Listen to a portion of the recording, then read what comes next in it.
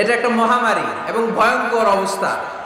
অন্যকে নিয়ে ব্যস্ত থাকা, অন্যকে সময় দেয়া। প্রিয় ভাইরা, স্রষ্টার দেয়া আমাদের জন্য সবচেয়ে দামি বিষয় হচ্ছে, আল্লাহর দেয়া সবচেয়ে দামি গিফট হচ্ছে আমাদের সময়। দামি গিফটের নাম কি? এই সময়টাই আমরা অন্যকে দিয়ে দিই। অন্যকে হিংসা করতে করতে এই দামি সময়গুলো নষ্ট করে ফেলে। এটা ঠিক না। আমারও অনেকে দেশে কাফের বলে, আসে না নাই? আমি অবাক হয়ে যাই, এই কাফেরের কথা শুনতে এতগুলো আল্লাহর ওলি কি করে আসে? আমার বুঝে আসে না, এই কাফেরের কথা শোনার জন্য এরকম ধাক্কাধাক্কি হয় কেন? আল্লাহ তুমি হেদায়েত দান করো। আমি শুধু আল্লাহর কাছে সাহায্য চাই আর আপনাদের দোয়া চাই। দোয়া করবেন, বদদোয়া দিবেন না তো আবার। আর কে আমারে কাফের বললো, কে কি ফতোয়া দিল, আই ডোন্ট কেয়ার।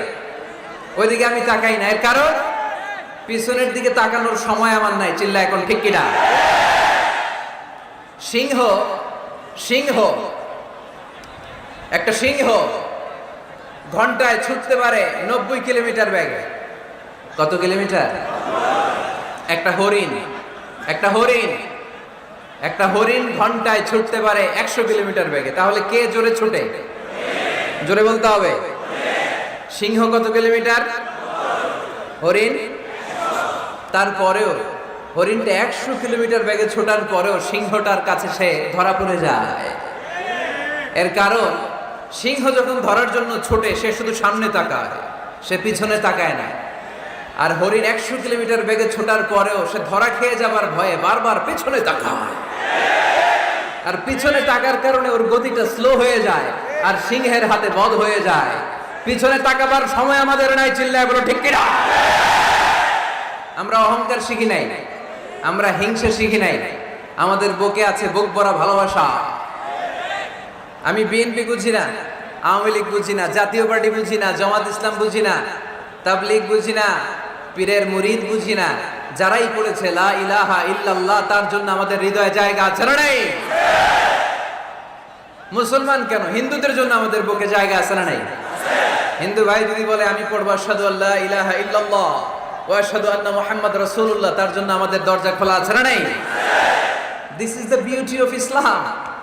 এটা ইসলামের সৌন্দর্য। এটা অনেকে বুঝতে চায় না। আল্লাহ আমাদেরকে সহি সমঝ দান করুক। আমরা পড়ি আমিন। তো আমরা নিজের পায়ে দাঁড়াতে চাই। কার পায়ে? আমরা স্বাবলম্বী হতে চাই। কি হতে চাই? কাজ করার অনেক সুযোগ আছে। Just you have to generate new ideas, priceless ideas. You have to generate this. আপনাকে নতুন নতুন আইডিয়া দিতে হবে। নতুন নতুন আইডিয়া দিলেই আপনি মার্কেটে হিট করে ফেলবেন। আজকে সব গোমর ফাঁস করে দিয়ে গেলাম। কোটিপতি আর মিলিয়নিয়ার, বিলিয়নিয়ার হালাল পন্থায় যারা হতে চাও, your job is just produce new idea. নতুন নতুন কি লাগবে? আইডিয়া লাগবে। আইডিয়ার অনেক দাম। এই যে কিছুদিন আগে উবার নামে একটা কোম্পানির নাম শুনেছো তোমরা? কি নাম? গাজীপুরে চলে, শুধু শহরে না, ঢাকায়। আমি ওদের ব্যাপারে একটা রিপোর্ট পড়ে অবাক হয়েছি। এই উবারের কোনো পুঁজিপাতি কিছু নাই।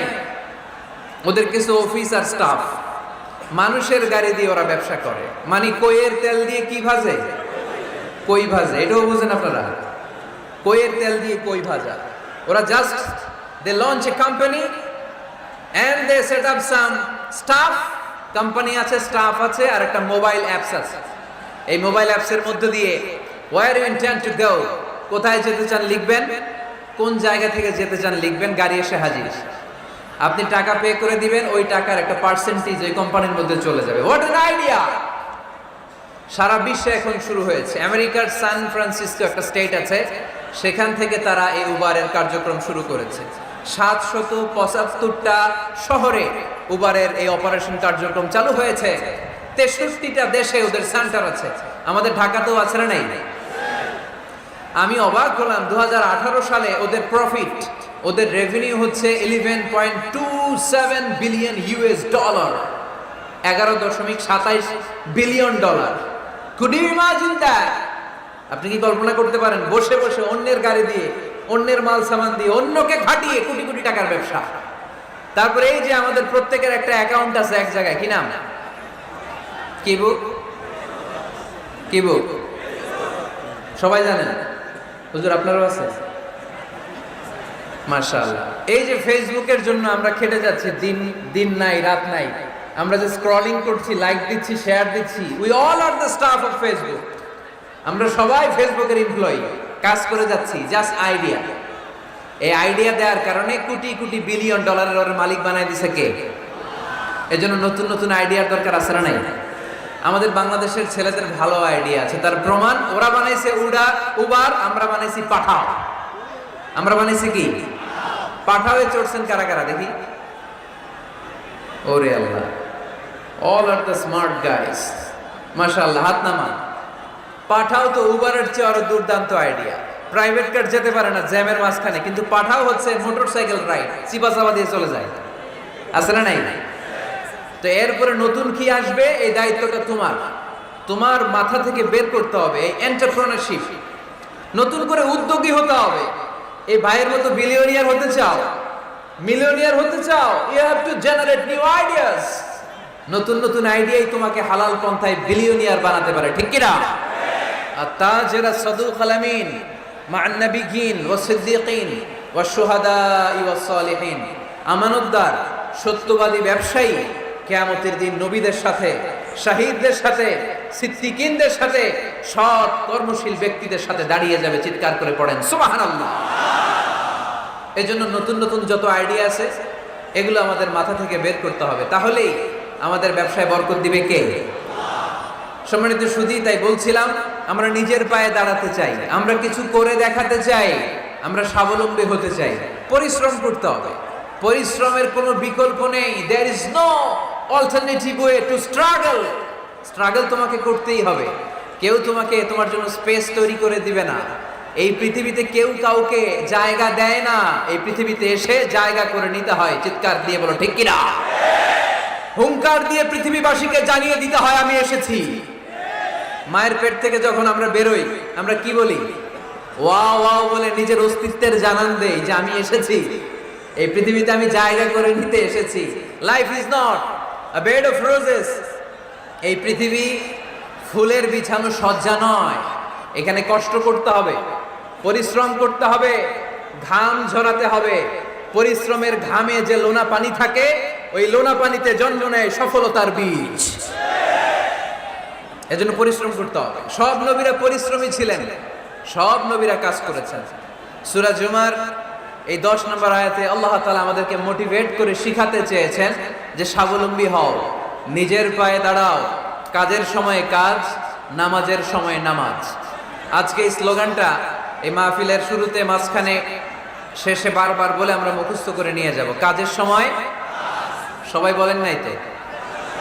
সবাই বললে তো এই প্যান্ডেল কাঁপতে শুরু করবে। কাজের সময় এইভাবে আওয়াজ করতে হবে, পারা যাবে? নামাজের সময়, কাজের সময়, নামাজের সময়, সিনেমা দেখার সময় দেখা যাবে না? কাজের সময়, নামাজের সময়, এটা মনে থাকবে? মুখস্থ করা যাবে তো? আল্লাহ রাব্বুল ইজ্জা সূরাতুল জুমার 10 নম্বর আয়াতে মূলত আমাদেরকে এই মেসেজটাই দিতে চেয়েছেন। কাজের সময় কাজ, নামাজের সময়। ফাইযা কুদিয়াতিস সালাতু ফান্তাশিরু ফিল আরদি ওয়াবতাগু মিন ফাদলিল্লাহ ওয়াযকুরুল্লাহা কাসীরান লাআল্লাকুম তুফলিহুন। সুবহানাল্লাহ পড়েন।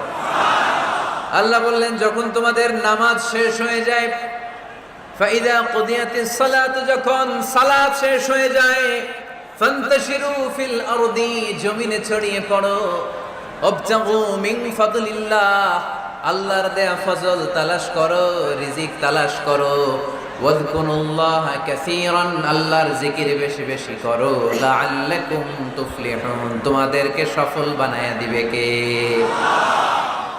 সিস্টেমটা খেয়াল করেন। ফাইদা কুদিয়াতিস সালাত, যখন সালাত শেষ, ফান্তাশিরু ফিল আরদ, when you are done with your salah, spread out to your workplace, তোমার কাজের জায়গায় চলে যাও। নাকি মসজিদে বসে থাকবেন? নামাজ শেষে কি করতে হবে? কাজের জায়গায় চলে যেতে হবে। এটা ইসলামের নিয়ম, এটা বিশ্বনবীর সুন্নাহ, এটা আল্লাহর দেয়া পদ্ধতি। ফাইদা কুদিয়াতিস সালাতু, যখন সালাত শেষ হয়ে যাবে, ফান্তাশিরু ফিল আরদ, জমিনে ছড়িয়ে পড়ো, ওয়াবতাগু মিন ফাদলিল্লাহ, আল্লাহর রিজিক তালাশ করো। জমিনের মধ্যে আল্লাহর ফাদাল আছে, রিজিক আছে, এই রিজিকগুলো তালাশ করো। মসজিদে বসে থাকলে এই ফদল বা রিজিক কি পাওয়া যাবে? যাবে না। মসজিদে ঢুকলে রহমত পাওয়া যায়। গাজীপুরের ভাইয়েরা আওয়াজ তুলে বলেন, মসজিদে ঢুকলে কি পাওয়া যায়? এজন্য মসজিদে যখন আমরা ঢুকি, কোন পা দিয়ে ঢুকি? ডান পা দিয়ে ঢুকেই আমরা বলি আল্লাহুম্মা ফতাহলি আবওয়াবা রাহমাতিক, O Allah, open for us the door of your mercy. আল্লাহ আমাদের জন্য আপনার সব রহমতের দরজাগুলো খুলে দেন। কারণ মসজিদে ঢুকলেই রহমত দেয় কে? আর মসজিদ থেকে যখন বের হই তখন রহমত নয়, তখন পাওয়া যায় ফদল। যে ফদলের কথা আল্লাহ ইয়াতে বললেন, ওয়াবতাগু মিন ফাদলিল্লাহ, এই ফদল মানে হচ্ছে রিজিক। তাই মসজিদ থেকে যখন বেরোই, কোন পা দিয়ে বেরোই? আর কি দোয়া পড়ি? আওয়াজ করে বলেন, আল্লাহুম্মা ইন্নী আসআলুকা মিন ফাদলিক, মানে হে আল্লাহ, আমি আপনার কাছে আপনার ফদল চাই, রিজিক চাই। দুনিয়ার কেউ রিজিক দিতে পারে না, রিজিক দিতে পারে কে? এই রিজিক আমি আপনার কাছে চাই। আবার আল্লাহ বললেন, হুয়াল্লাযী জাআলা লাকুমুল আরদা যালুলান ফামশু ফি মানাকিবিহা ওয়া কুলু মির রিজকি ওয়া ইলাইহিন নুশুর। তিনি তো এমন সত্য যিনি তোমাদের জন্য জমিনটারে বানিয়েছেন সাহালাতুল মাসালিক, সহজে হাঁটা যায়, চলা যায়, চারা বীজ রোপণ করা যায়, চাষাবাদ করা যায়। আল্লাহ বললেন, জমিনের আনাচে কানাচে ঘুরে বেড়াও, জমিনের মধ্যে তোমাদের জন্য রিজিক রেখে দিয়েছে কে? এই জমিনের সব জায়গায় রিজিক আছে। আপনি জমিনের পাহাড়ে যাবেন, পাহাড়েও রিজিক আছে। জানেন পাহাড়ে কি চাষ হয়? হ্যাঁ, জুম চাষ হয়। বাংলাদেশের পাহাড়ে জুম চাষ হয়, আর মালয়েশিয়ার পাহাড়গুলোতে সব চাষ হয়। মালয়েশিয়া একটা জায়গা আছে ক্যামেরুন হাইল্যান্ড, ভাই গেছিলেন নাকি? ৬,০০০ ফিট উপরে, ঠান্ডা, প্রচন্ড ঠান্ডা। আমি প্রায় যাই, ওখানকার চা বাগানের স্নিগ্ধ হাওয়া আমাকে টানে খুব, বাতাসটা খুবই ক্লিন, ভাল লাগে। ওই ক্যামেরুন হাইল্যান্ডে ৬,০০০ ফিট উপরে ওরা করেছে ফুলের বাগান, ফলের বাগান, চায়ের বাগান, স্ট্রবেরির বাগান, মধুর চাষ করে। আর এই ৬,০০০ ফিট উপরে এই ভেজিটেবলস আইটেমগুলো দিয়ে তারা পুরো মালয়েশিয়ার খাদ্যদ্রব্যের যত সংকট, সব সংকট তারা দূরীভূত করেছে। সুবহানাল্লাহ পড়েন। তো ওনারা পাহাড়ের উপর চাষ করে, আর আমরা সমতল জায়গায় চাষ করতে চাই না। চাষাবাদ করতে আমাদের লজ্জা লাগে। কি লাগে? যুবক ভাইয়েরা, কাজে কোনো লজ্জা নেই। কাজে কি নেই? পরিশ্রমে লজ্জা নেই। লজ্জা হচ্ছে অলসতায়, লজ্জা হচ্ছে অকর্মণ্যতায়। আমরা কাজ করে খেতে চাই, পরিশ্রম করে খেতে চাই। রাজি আছো সবাই? এখন অনেকে রুফ গার্ডেনিং করে। রুফ গার্ডেনিং মানে ছাদের, বাসার ছাদের উপরে কি সুন্দর পেঁপে গাছ, আম গাছ। আমি নিজে দেখেছি, নিজেরা খায়, আশেপাশের প্রতিবেশীদের সবাইকে দেয়, বাজারে বিক্রিও করে। নিউ আইডিয়া, রুফ গার্ডেনিং করো। তারপর একসাথে হাঁসের চাষ হয়, পানিতে হাঁসগুলো ভেসে বেড়ায়, আর নিচে মাছের চাষ হয়। এরকম অনেক যুবক আছে যারা এগুলো করে করে স্বাবলম্বী হয়েছে। আমরা এগুলো করতে চাই না, আমাদের লজ্জা লাগে।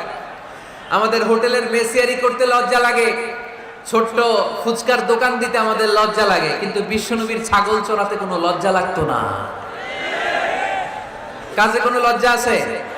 লজ্জা কিসে তাইলে? অলসতায়। আওয়াজ করে বলো, লজ্জা কিসে? অলসতা করা যাবে না। অলসতাকে আজকের প্রোগ্রাম থেকে আমরা না বলে দিব। আমরা অলসতাকে বলে দিব নো। অলসতাকে আমরা কি বলবো? নো। আমরা অলস হতে চাই না, আমরা খেটে খেতে চাই, ঘাম ঝরাতে চাই। পরিশ্রমের ঘামের লোনা পানিতে জন্ম নেয় সফলতার বীজ। আমরা সফল হতে চাই, ঠিক কিনা? এজন্য অলসতা করা যাবে না, কাজ করতে হবে। আল্লাহ রাসূল সাল্লাল্লাহু আলাইহি ওয়াসাল্লাম এবং সাহাবারা আমাদেরকে কাজের প্রতি উৎসাহিত করেছেন। সাইয়েদনা ওমর ফারুক রাদিয়াল্লাহু তাআলা আনহু, নাম শুনেছেন? কত নাম্বার খলিফা? সবাই বলেন। 1 নাম্বার খলিফার নাম কি? 2 নাম্বার খলিফার নাম? 3 নাম্বার? 4 নাম্বার? রিদওয়ানুল্লাহি তাআলা আলাইহিম আজমাইন। ওমর ফারুক সাধারণ কোনো সাহাবী ছিলেন না, তিনি এমন সাহাবী ছিলেন বিশ্বনবী সাল্লাল্লাহু আলাইহি ওয়াসাল্লাম বলেছেন আমার পরে কোনো নবীও নাই রাসূলও নাই, তবে আমার পরে যদি কেউ নবী হতো আমার ওমর নবী হয়ে যেত। বিশ্বনবী বলছেন লা নবিয়্যা বা'দি ওয়ালা রাসূলা, আমার পরে কোনো নবী নাই রাসূল নাই। লাউ কানা বা'দি নাবিয়্যুন লাকানা উমার, তবে আমার পরে যদি নবী হওয়ার কোয়ালিটি আমার কোনো সাহাবীর মধ্যে থেকে থাকে আমার ওমরের মধ্যে সেই কোয়ালিটি আছে। প্রভু তুমি বলেছ রাসূল দেবে না, বলনি দেবে না ওমর, বলনি দেবে না হামজা তারি, খালিদ বিজয়ী সমর। প্রভু তুমি বলেছ রাসূল দেবে না, বলনি দেবে না ওমর, বলনি দেবে না হামজা তারি, খালিদ বিজয়ী সমর। প্রভু তুমি বলেছ রাসূল দেবে না। সুবহানাল্লাহ পড়েন। ওমর ফারুক রাদিয়াল্লাহু তাআলা আনহু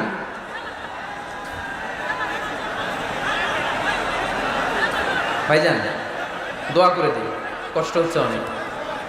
শেষ করে দিব, আলোচনা শেষ করে দিব।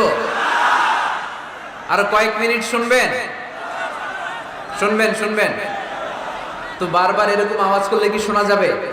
এই ছেলেরা, এই অডিও শোনো না তোমরা? অডিওতে চেহারা দেখা যায় না। বসো, তোমরা অডিও শুনবে, এরা ভিডিও দেখবে।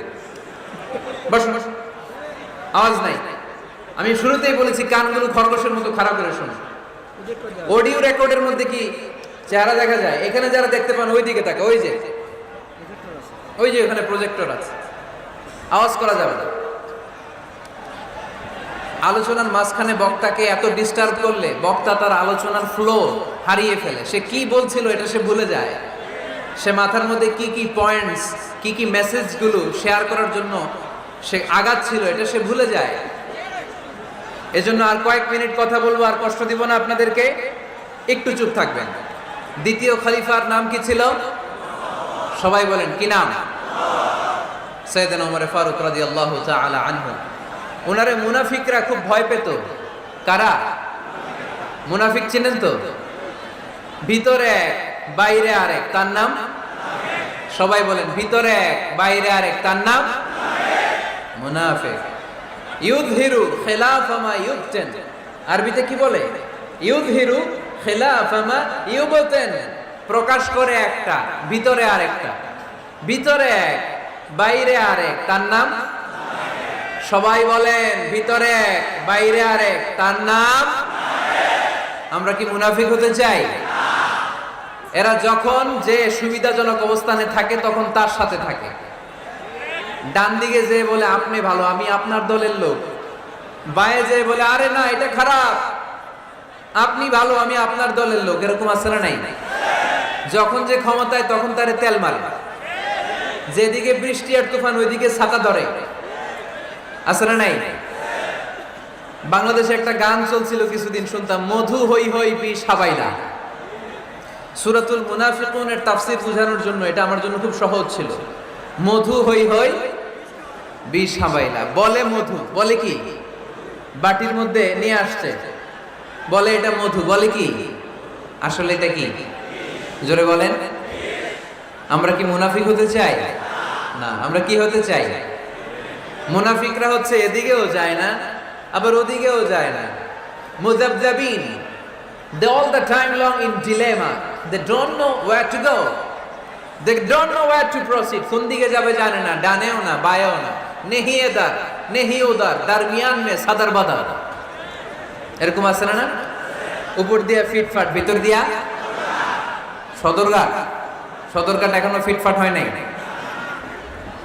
তো এই মুনাফিকের অবস্থা হচ্ছে উপরে ফিটফাট, ভিতরে সদরঘাট। আমরা কি মুনাফিক হতে চাই? কি হতে চাই? মুমিন হতে চাই। এই মুনাফিকের দলগুলো মদিনাতুল মুনাওয়ারাতে ওমরে ফারুককে খুব ভয় পেত। ওমরে ফারুককে দেখলে তারা থারথার করে কাঁপতো। শুধু মুনাফিকরাই নয়, খোদ ইবলিস শয়তানও সাইয়েদনা ওমরে ফারুককে দেখলে ভয় পেত। আমরা আমাদের ছেলে মেয়েদেরকে যদি খাবার না খায় আমরা কি বলি? আম্মু খাবার খাও, কি আসবে? ভূত আসবে। বিড়াল আসবে, বাঘ আসবে, এগুলো গাজীপুরে বলে না বোধহয়। আপনাদের ছোট্ট মেয়েটা যদি রাত্রে খেতে না চায়, আপনারা লোকমা তুলে কি বলেন? এই তাড়াতাড়ি খাও, কি আসবে? ভূত, ভূত আসবে। তো মদিনার সমাজে মদিনার ছোট্ট কচিকাচা সোনারমণিরাও রাতে খেতে চাইতো না। মদিনাতুল মুনাওয়ারার মায়েরা রাত্রিবেলা খাবার নিয়ে বাচ্চাদেরকে বলতো, মা তাড়াতাড়ি খাও, হা হুয়া ইয়াতি উমর, ওই যে উমর আসতেছে, উমর ইসলামের দ্বিতীয় খলিফা। আশাদুহুম ফি আমরিল্লাহি উমর, আল্লাহর জমিনে আল্লাহর দ্বীন বাস্তবায়নের জন্য সবচেয়ে শক্তিশালী ছিল ওমর। চিল্লায় পড়েন সুবহানাল্লাহ। এই ওমরে ফারুক রাদিয়াল্লাহু তাআলা আনহু যে রাস্তা দিয়ে হাঁটতো, শয়তান ওই রাস্তা রেখে দিয়ে অন্য রাস্তা দিয়ে হাঁটতো। মা সালাকা শাইতানু ফাজ্জান সালিকান ইল্লা সালাকা ফাজ্জান গায়রা ফাজ্জিক। বিষ্ণু বলতেন, ওমর, শয়তান তোমারে দেখে এত ভয় পায়, তুমি যে রাস্তা দিয়ে হাঁটো, শয়তান তোমারে দেখলে ওই রাস্তা রেখে দিয়ে অন্য রাস্তা দিয়ে হাঁটে। চিল্লায় পড়েন সুবহানাল্লাহ। লা ইলাহা ইল্লাল্লাহ মুহাম্মাদুর রাসূলুল্লাহ সাল্লাল্লাহু আলাইহি ওয়াসাল্লাম। সাইয়েদনা ওমর ফারুক মসজিদে নববীর ইমাম। মসজিদে নববীর কি ইমাম? আপনারা শুনতেছেন? এই ছেলেরা বসে যাও, বসে যাও, বসে যাও, বসে যাও। সাইয়েদনা ওমর ফারুক মসজিদে নববীর ইমাম। এদিকে তাকান, আমার দিকে তাকান, আমার দিকে তাকান। উনি প্রত্যেক নামাজের ইমামতি করতে আসতেন মসজিদে নববীতে। জোহরের নামাজে ইমামতি করলেন। ইমামতি করে দেখলেন নামাজ শেষ, সবাই বের হয়ে চলে যায়। এটাই ইসলামের নিয়ম, ঠিক কিনা? ফাইদা কুদিয়াতিস সালাতু ফান্তাশিরু ফিল আরদ ওয়াবতাগু মিন ফাদলিল্লাহ। নামাজের সময় খায়া ফেলাইছি, নামাজের সময়, কাজের সময়, নামাজের সময়, কাজের সময়। ফাইদা কুদিয়াতিস সালাহ, যখন নামাজ শেষ হয়, ফান্তাশিরু ফিল আরদ, জমিনে ছড়িয়ে পড়ো। এটা ইসলামের আইন।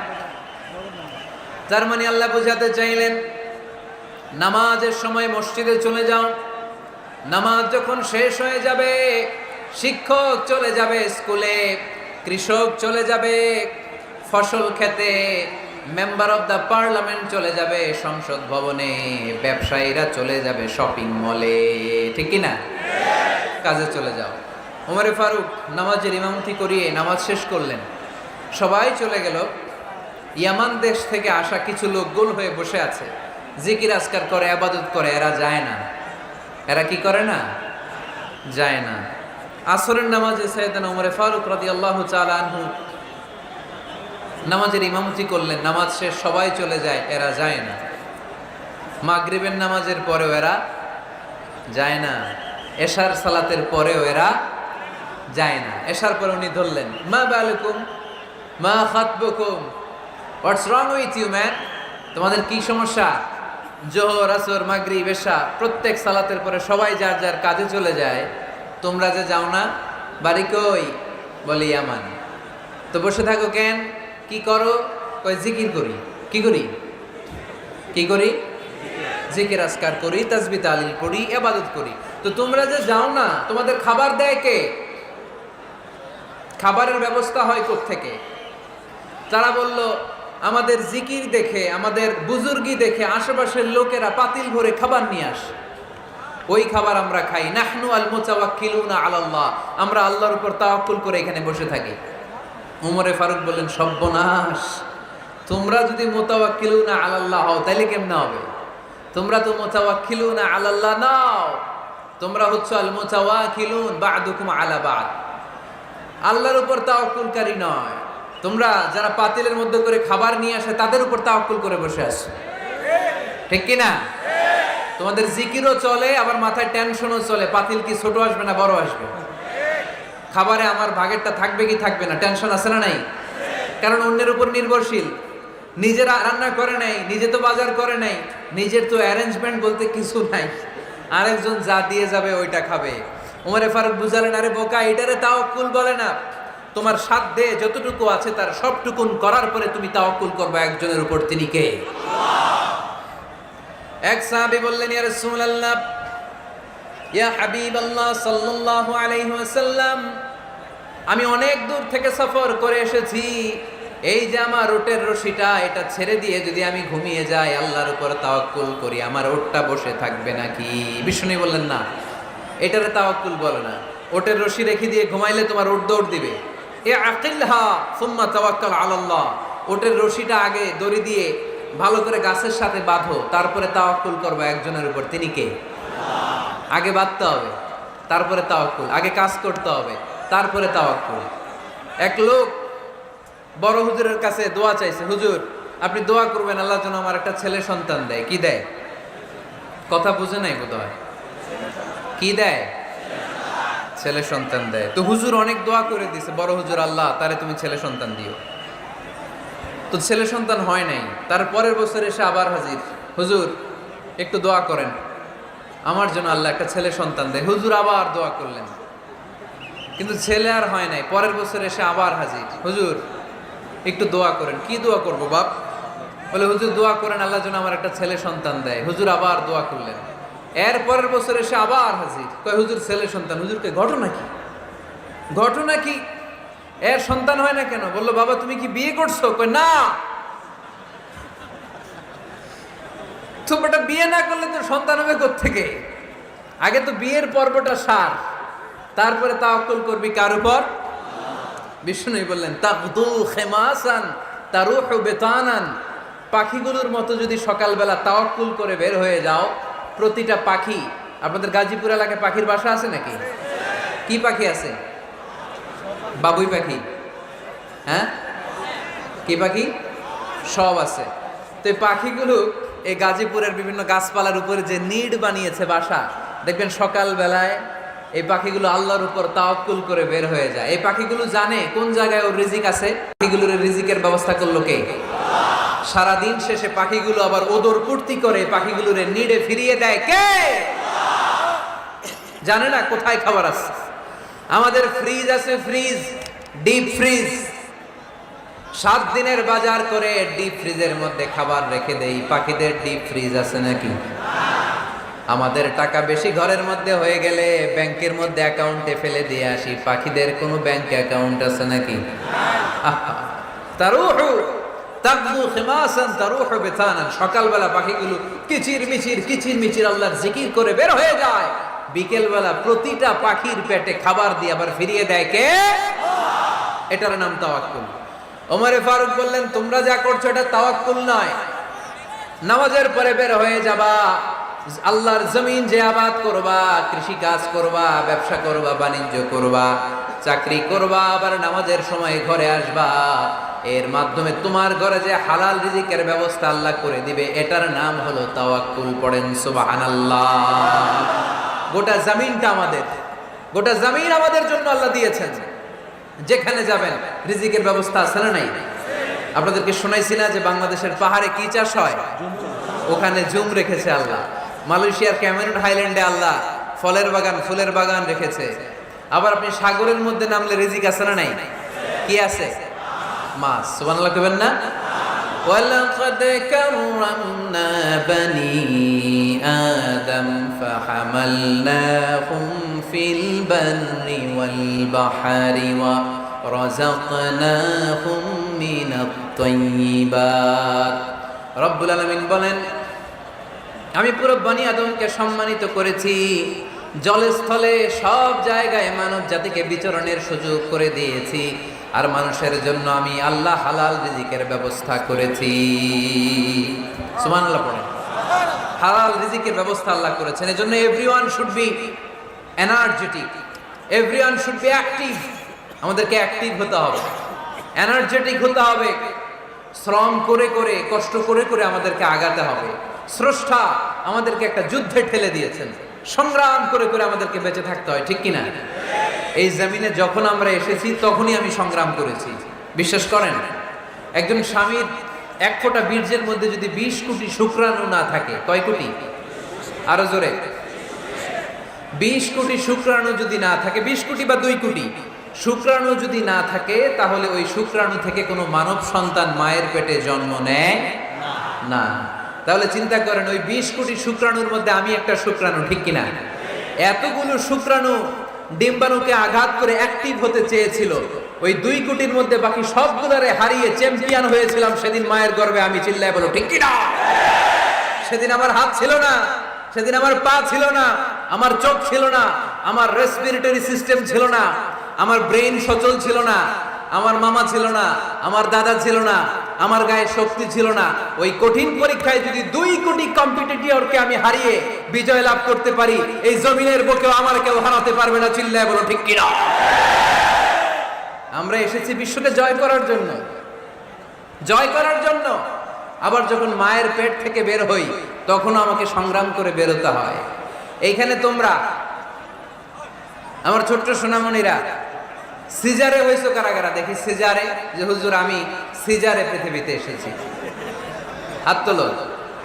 কয়েকজন হাত তুলছে, মাশাআল্লাহ, ঠিক আছে, অসুবিধা নেই, হাত নামাও।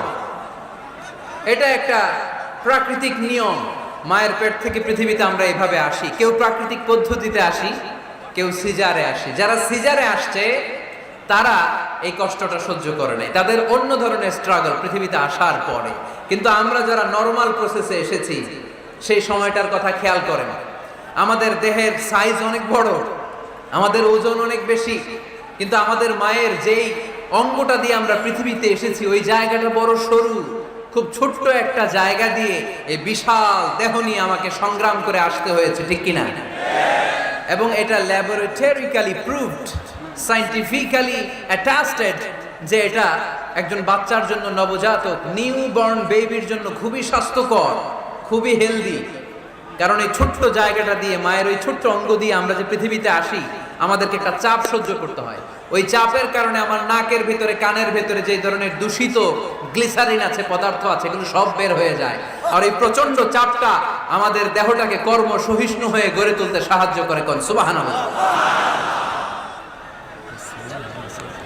নিয়ে আসুন এখানে, নিয়ে আসুন শেষের দিকে। এভিডেভিট নাই, পরে হবে। তাহলে আপনারা দায়িত্ব নিয়ে এভিডেভিট করবেন, শুধু শাহাদা পড়বে আমার হাতে। ঠিক আছে, ফাইন। সেই দিন আমরা স্ট্রাগল করে পৃথিবীর বুকে এসেছিলাম। যেদিন মায়ের পেট থেকে যুদ্ধ করে আমাকে পৃথিবীতে আসতে হয়েছে, ওই দিন আমার কান ছিল? এখনকার মতো কানের শক্তি ছিল? এখন যে হাতে শক্তি, ওই শক্তি ছিল? ওই কঠিন পরিস্থিতিতে যদি আমি সংগ্রাম করে টিকে থাকতে পারি, বর্তমান সময়ে আমাদেরকে কেউ আটকায় রাখতে পারবে না, পারবে না। ইন্নাকা কাদিহুন ইলা রাব্বিকা কাদহান ফামুলাকি। আল্লাহ বললেন, ও বনি আদম, তোমাকে কষ্ট করতে করতে আমার কাছে আসতে হবে। আবার আল্লাহ বললেন, লাকাদ খালাকনাল ইনসানা ফি কাবাদ। আমি বনি আদমকে, দুনিয়ার সবগুলো মানুষকে কর্মসহিষ্ণু করে তৈরি করেছি। সুবহানাল্লাহ বলেন। কর্মসহিষ্ণু। আমাদের এক একজন মানুষ যে আমরা কতটা কষ্ট আর ধৈর্য সহ্য করতে পারি আপনি কল্পনাও করতে পারবেন না। নর্মাল প্রসেসে আমাদের মা যেদিন আমাদেরকে ডেলিভারি দিয়েছিলেন, তখন আমাদের মা 57 ইউনিট প্লাস। সুস্থ মানুষ ব্যথা সহ্য করতে পারে 45 ইউনিট। কত ইউনিট? কিন্তু আমাদের মা যেদিন আমাদেরকে দুনিয়ার বুকে এনেছিলেন, সেদিন আমার মা, আপনার মা ব্যথা সহ্য করেছিল 57 ইউনিট প্লাস, 57 ইউনিটেরও বেশি। এই ব্যথাটা সাধারণ কোনো ব্যথা নয়। একটা অ্যাক্সিডেন্টে আপনার দেহের 20টা হাড় বা হাড়টি ভেঙে গেলে যত ব্যথা, তার চেয়েও বেশি ব্যথা আমার মা সহ্য করেছিলেন। আমার মাকে ওই দিন এই ব্যথাগুলো সহ্য করার তৌফিক দিয়েছিলেন কে? তাহলে কি পরিমাণে কষ্ট সহিষ্ণুতার, কর্ম সহিষ্ণুতা নিয়ে যে আমরা জন্মাই, আমাদের কোনো ধারণাই নাই। এজন্য আমি প্রায় বলি, ছেলে মেয়েদেরকে, সন্তানকে ননির পুতুল করে গড়ে তুলবেন না। ছেলে মেয়েদেরকে কষ্ট সহিষ্ণু করে গড়ে তোলেন। প্রতিকূল পরিবেশে কি করে নিজের অস্তিত্ব জানান দিতে হয়, এমন করে আমরা আমাদের মুসলমান সন্তানদেরকে গড়ে তুলবো। চিল্লায় বলেন ঠিক কিনা? লাকাদ খালাকনাল ইনসানা ফি কাবাদ। আমি মানুষকে দুঃখ কষ্টের মধ্যে তৈরি করেছি। আসসালামু আলাইকুম। আল্লাহ আছে, আপনার সাথে ফোনে কথা হয়েছিল? জি জি। মোহতারামকে একটা চেয়ার দেন। আছে? দেন দেন, ছোট কি আছে?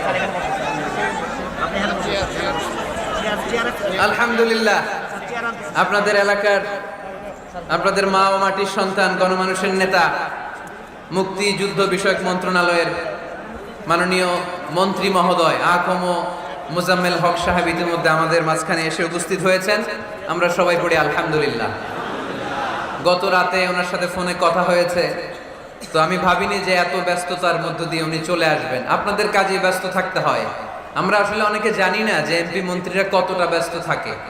জনপ্রতিনিধিরা আপনাদের নানা কাজে নানা জায়গায় ব্যস্ত থাকতে হয়, বিভিন্ন মিটিং।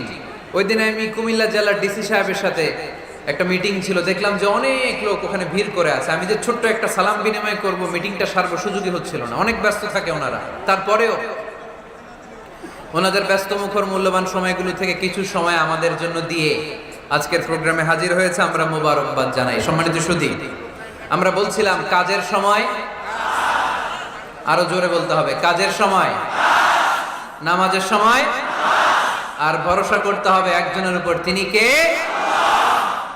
কাজে কোনো লজ্জা আছে? লজ্জা কিসে? অলসতায়। আমরা অলস হতে চাই না। রসুল বাত্তালে দুক্কানু শয়তান, অলস মস্তিষ্ক শয়তানের আড্ডাখানা। আমরা নিজের পায়ে দাঁড়াতে চাই, আমরা স্বাবলম্বী হতে চাই, আমরা সাস্টেইনেবল ডেভেলপমেন্ট গোলের পক্ষে, আমরা মিলেনিয়াম ডেভেলপমেন্ট গোলের পক্ষে, আমরা বাংলাদেশকে উন্নতির শিখরে নিয়ে যাওয়ার পক্ষে। চিল্লায় বলেন ঠিক কিনা? আমরা আগে দুনিয়ার কল্যাণ চাই, এটা ইসলামের নিয়ম। আগে কি আখেরাত চাই না আগে দুনিয়া চাই? জোরে বলেন। আরে দুনিয়াতে ভালো থাকলেই তো আখেরাতে ভালো থাকবেন। এজন্য আল্লাহ আমাদেরকে শিখালেন, পড়ো রব্বানা আতিনা ফিদ দুনিয়া হাসানাহ ওয়া ফিল আখিরাতি হাসানাহ ওয়া কিনা আযাবান নার। আয় আমাদের রব, এই দুনিয়ার বুকে আপনি আমাদেরকে কল্যাণ দেন, আখিরাতের বুকে আপনি আমাদেরকে কল্যাণ দেন, আগুনের শাস্তি থেকে আল্লাহ আপনি আমাদেরকে বাঁচিয়ে দেন। পড়ে না আমিন। তাহলে আগে দুনিয়া, তবে দুনিয়াকে হৃদয়ে স্থান দেয়া যাবে না। দুনিয়াকে বশ করে হাতে নিব, কিন্তু হৃদয়ে থাকবে আখিরাত। জোরে বলতে হবে ঠিক কি না? নিজ হাতে উপার্জিত সম্পদের চেয়ে শ্রেষ্ঠ কোনো সম্পদ আর হতে পারে না। আমার দিনমজুর ভাইয়েরা, কুলি মজুর ভাইয়েরা, রিকশাওয়ালা ভাইয়েরা, ফ্যাক্টরি ওয়ার্কার যারা, আপনারা আল্লাহর কাছে অনেক সম্মানিত। আপনাদের উপার্জন হালাল, আপনাদের এক পা এমনি জান্নাতে ঢুকে আছে। এখন শুধু এক পা ঢুকাইলে চলবে? পা কয়টা? আরেকটা ঢুকানোর দরকার আছে না নাই? আপনাদের উপার্জন হালাল, আপনারা 5 ওয়াক্ত সালাত পড়বেন, মানুষের হক নষ্ট করবেন না, আব্বা আম্মার দোয়া নিবেন, দ্বিতীয় পাটাও জান্নাতে ঢুকায় দিবে কে? মা আকালা আহাদুন তুআমান ক্বাত্তু খায়রুম মিন আইয়াকুলা মিন আমালি ইয়াদিহি। নিজের হাতে উপার্জিত সম্পদের চেয়ে, খাবারের চেয়ে শ্রেষ্ঠ সম্পদ আর হতে পারে না। আমার রিকশাওয়ালা ভাই, তার উপার্জন হালাল না হারাম? আমার কুলি মজুর ভাই, উপার্জন হালাল না হারাম? মাথার গাম পায়ে ফেলে ফ্যাক্টরি ওয়ার্কাররা যে বেতনটা পায়, এটা হালাল না হারাম? তাদের দোয়াকে কবুল করে নিবে কে? এজন্য যুবক ভাইরা, never under estimate any job. কোন জবকে, কোন চাকরিকে ছোট করে দেখার সুযোগ নাই। কারণ আমার উপার্জন হালাল হলেই ওই হালাল উপার্জনে বরকত দিবে কে? Whether it's the small or big, you don't care. এটা তোমার কেয়ার করার দরকার নেই। চাকরি পেলেই একটা ঢুকে যাবা, চাকরি পেলেই ঢুকে যাবা। কারণ আমাদের চাকরির বাজার মন্দা। আমাদের বাংলাদেশ, ভারতে কোন একটা চাকরির জন্য চেয়েছে 8 পাস, ওইখানে অ্যাপ্লাই করে ডক্টরেট ডিগ্রি দাঁড়িয়ে আসে না নাই? এত কষ্ট করে চাকরি পাওয়া পৃথিবীর কোথাও লাগে না। কারণ আমাদের পপুলেশন বেশি, তাই চাকরির জন্য আমাদের বসে থাকা লাগবে না। আমাদেরকে উদ্যোক্তা হতে হবে, আমাদের এন্টারপ্রেনার হতে হবে। শুরুতে যেটা বলেছিলাম, আমাদের আইডিয়াকে কাজে লাগাতে হবে, ঠিক কিনা? আর যাই করব আমরা ভালোভাবে করব। ভালোভাবে করলে ওই কাজে বরকত দেয় কে? ভালোভাবে করার জন্য আল্লাহ তাআলা সূরাতুল মুলকে আমাদেরকে গাইডলাইন দিয়েছেন।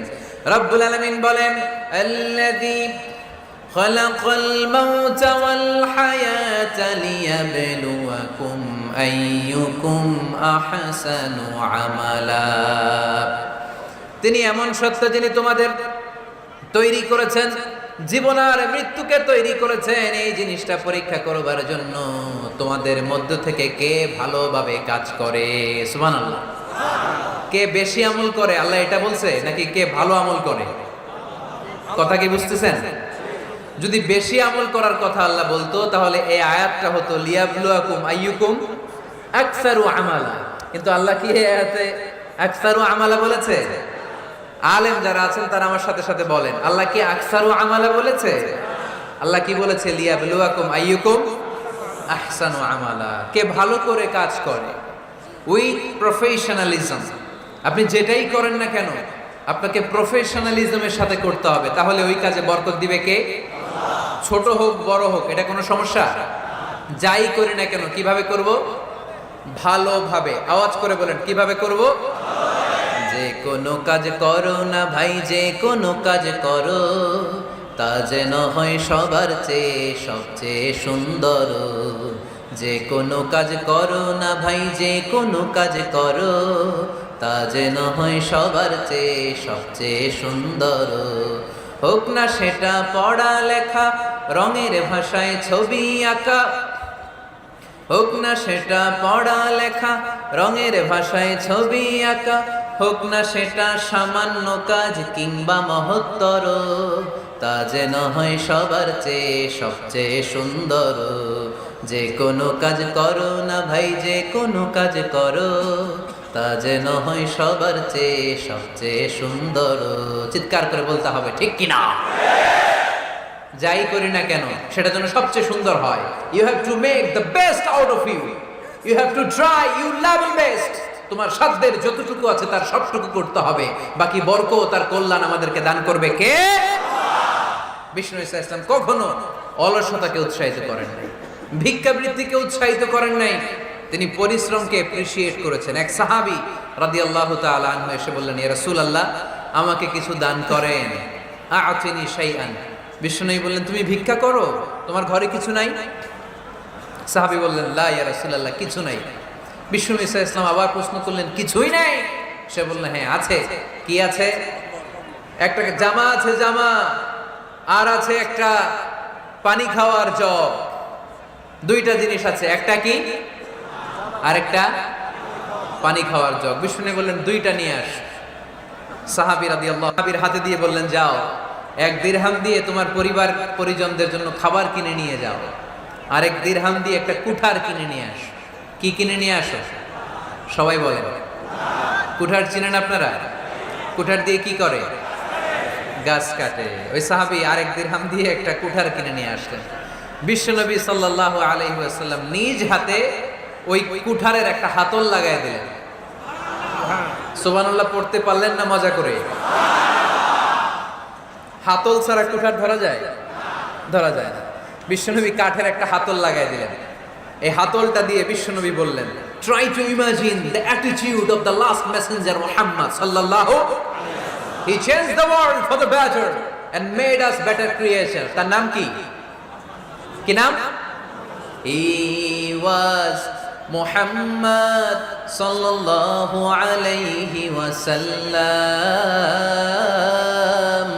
Muhammad, mercy upon mankind, teacher of all mankind, Abul Qasim, Ya Habibi, Ya Muhammad, Ya Shafi'i, Ya Muhammad, Khairu Khalqillahi Muhammad, Ya Mustafa, Ya Imam al-Mursalin, Ya Mustafa, Ya Shafi'al Alamin. পড়েন সবাই। Ya Mustafa, Ya Imam al-Mursalin, Ya Mustafa, Ya Shafi'al Alamin. He taught us to be just and kind, and to feed the poor and hungry, help the wafer and the orphan child, and to not be cruel and miserly. His speech was soft and gentle, like a mother stroking her child.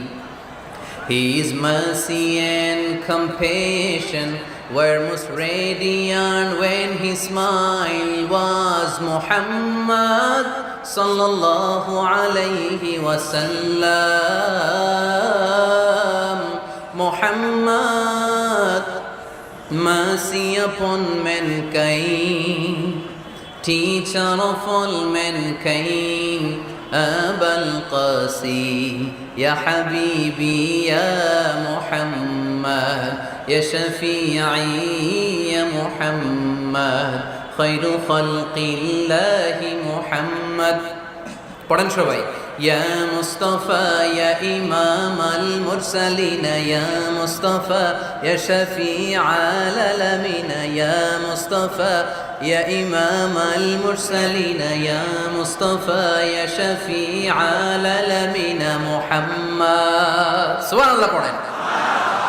He was Muhammad sallallahu alayhi wasallam. বিশ্বনবী নিজ হাতে ওই সাহাবীর কুঠারের ভেতরে একটা হাতল লাগাই দিলেন। ঘটনা মনে আছে নাকি নাশিদ শুনে ভুলে গেছেন?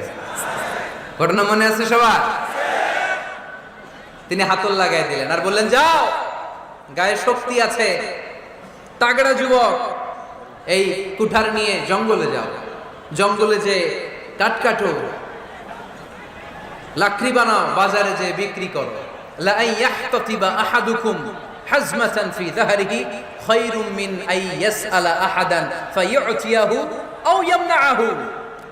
যাদের গায়ে জোর আছে, শক্তি আছে, পরিশ্রম করে লাকড়ির বোঝা পিঠে নিয়ে বাজারে বিক্রি করা অনেক ভালো কারো কাছে হাত পাতার চেয়ে। কারণ তুমি হাত পাতলে লোকজন তোমারে দিতেও পারে, নাও দিতে পারে, কিন্তু পরিশ্রম কখনো বৃথা যায় না। What is the moral of the story? রাসূল সাল্লাল্লাহু আলাইহি ওয়াসাল্লামের এই প্রফেটিক স্টোরি থেকে আমাদের শিক্ষা কি? বিশ্বনবী বললেন, যাও, কাঠ কেটে নিয়ে আসো।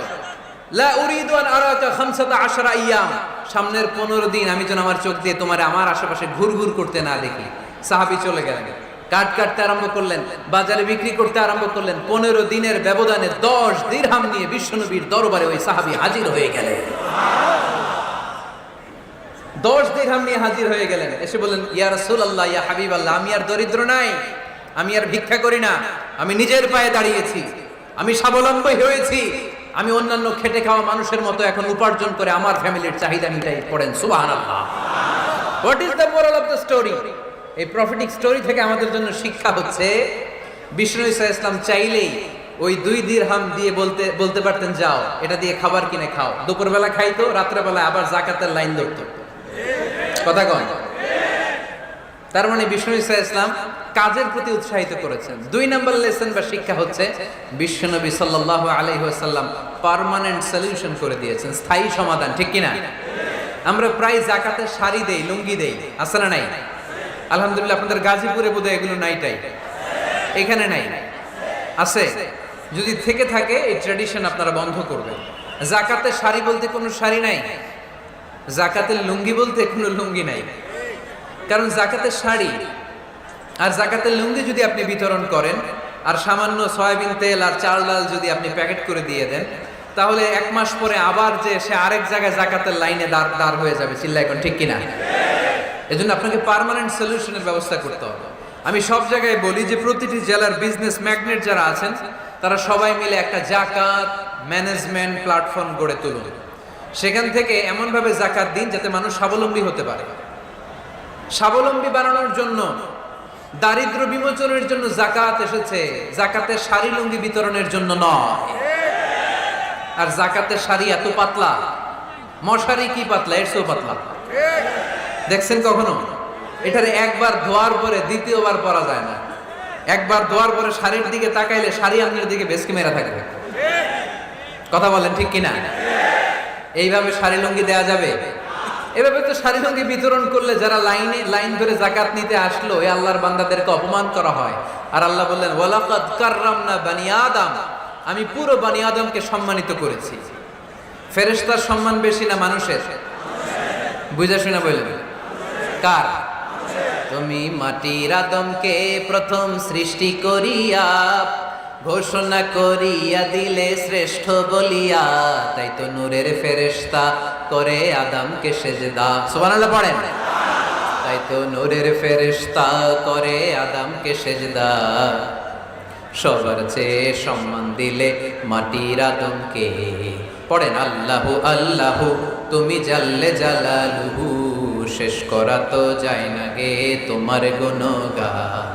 আল্লাহু আল্লাহু, সুবহানাল্লাহ পড়েন। আহা, মানুষের মর্যাদা সবচাইতে বেশি। এজন্য যাকাত যারা নিতে আসে তাদেরকে অপমান করা যাবে না। এর কারণ জাকাত দিয়ে আপনি কোনো করুণা করেননি, বরং ওরা জাকাত নিয়ে আপনাকে এই ফরজ ইবাদত করার সুযোগ করে দিয়ে আপনার প্রতি করুণা করে গিয়েছে। আওয়াজ করে বলেন ঠিক কি না? অনেকে মনে করে আমি জাকাত দেই, আমি মনে দয়া করছি, আমি মনে হয় করুণা করছি। আচ্ছা, যারা গরিব ওরা যদি জাকাত না নেয় ওর সমস্যা আছে? নিমুনা জাকাত। কিন্তু আমি যদি বলি দিমুনা, আমার খবর আছে না নাই? আমার জন্য দেয়া ফরজ, ওর জন্য নেয়া ফরজ না। তাই আমি দিয়ে করুণা করিনি, ও আমার কাছ থেকে জাকাত নিয়ে জাহান্নামের আগুন থেকে আমাকে বাঁচিয়ে ও আমাকে দয়া দেখিয়েছে।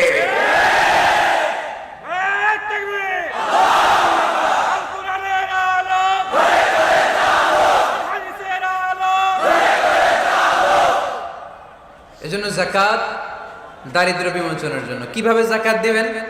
আপনি জাকাতের টাকা দিয়ে খেয়াল করবেন, একটু ক্রস চেক করে নিতে হবে, ডবল চেক করে নিতে হবে। যেই ফ্যামিলিতে জাকাত দিবেন কর্মক্ষম উপার্জনের মতো করতে পারে এরকম ছেলে আছে কিনা, থাকলে ওর একটা অটো রিক্সা কিনে দেন, সিএনজি কিনে দেন, ওই সিএনজি চালিয়ে ওর ফ্যামিলিটা দিব্যি চলে যাবে, ঠিক কিনা? ওর একটা অস্ট্রেলিয়ান গাভী কিনে দেন, ওই গাভীর দুধ বিক্রি করে ফ্যামিলিটা স্বাবলম্বী হয়ে যাবে, ঠিক কিনা? লক্ষ্মীপুরে আমি ওয়াজ করলাম, বললো হুজুর আমরা এইভাবে একটা জাকাত ম্যানেজমেন্ট প্ল্যাটফর্ম গড়ে তুলেছি, এখানে আমরা টাকা জমিয়ে জমিয়ে আমাদের এলাকার যে সমস্ত ছেলেগুলো কর্মক্ষম, তাদের ঘরে টাকা পয়সা নাই, আমরা জাকাতের টাকা দিয়ে ওদেরকে প্রবাসী বানিয়ে দেই, বিদেশে পাঠিয়ে দেই। ওর কষ্ট অর্জিত সম্পদ দিয়ে ওর ফ্যামিলি এখন দেদারসে চলছে, কোনো জাকাতের লাইনে যে তারা নিজেদেরকে আর অপমান বোধ করছে না। এইভাবে জাকাত দিতে হবে। দিলটার একটু খোলেন, হাতটারে একটু খোলেন, তাহলে হৃদয়টারে খুলে দিবে কে?